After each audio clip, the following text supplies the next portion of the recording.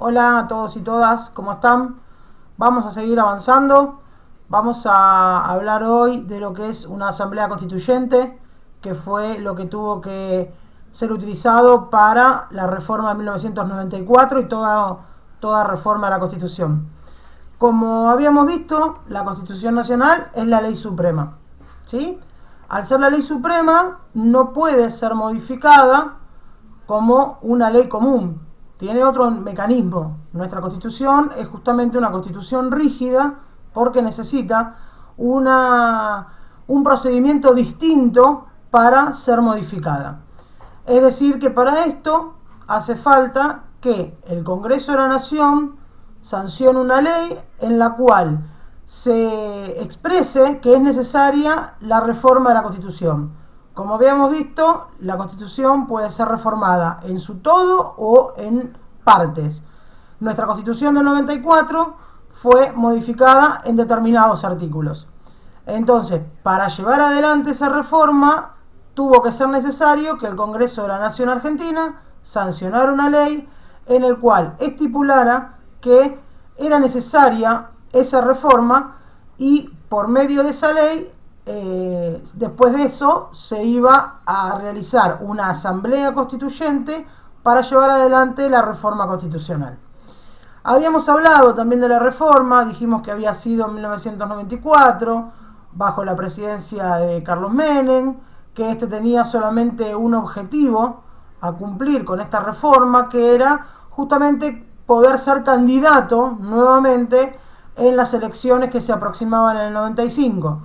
Es por eso que, como la Constitución que estaba en vigencia no lo permitía, o sea, no podía ser reelecto Carlos Menem, él buscó el apoyo de la Unión Cívica Radical como otra potencia, como otra fuerza política que le diera los votos necesarios para llevar adelante esta reforma que, como dije previamente, tenía que ser una ley que saliera del Congreso para que expresara la necesidad de que la Constitución sea reformada.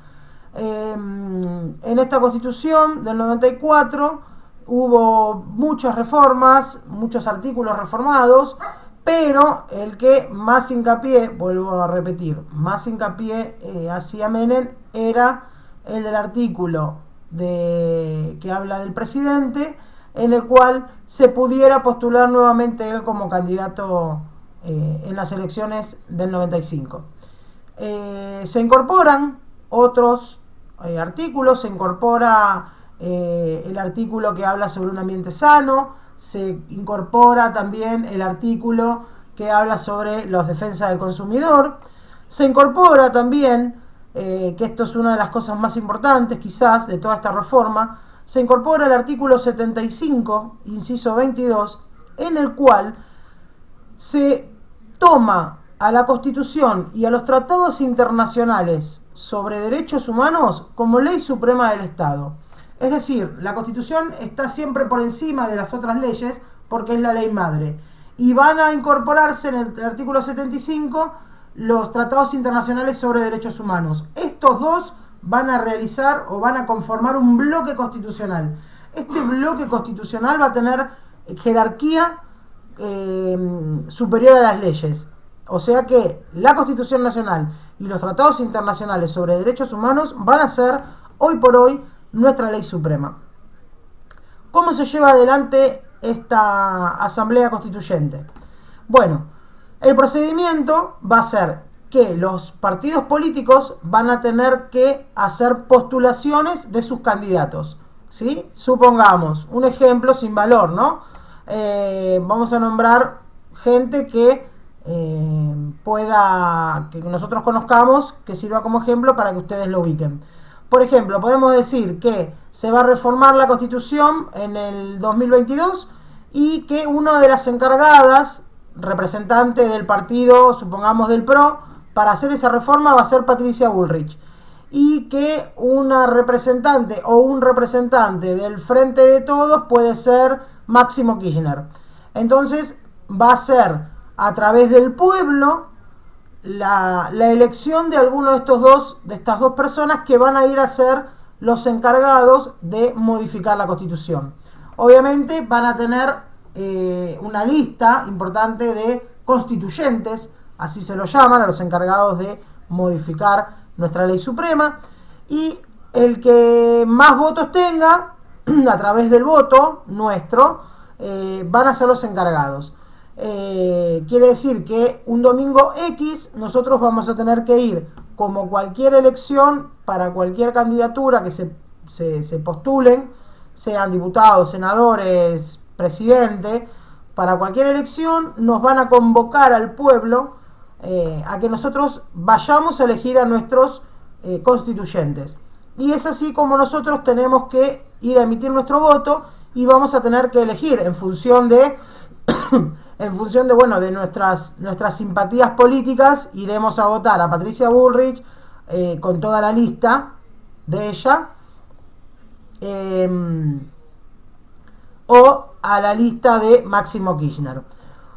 Una vez que se reúnen en un lugar que se ponen de acuerdo en dónde va a ser esta modificación de la Constitución, una vez que la Constitución es reformada, esta Asamblea Constituyente se disuelve. Quiere decir que únicamente va a ser creada con el fin de reformar la Constitución. Y una vez que la Constitución está reformada, la Asamblea Constituyente se disuelve.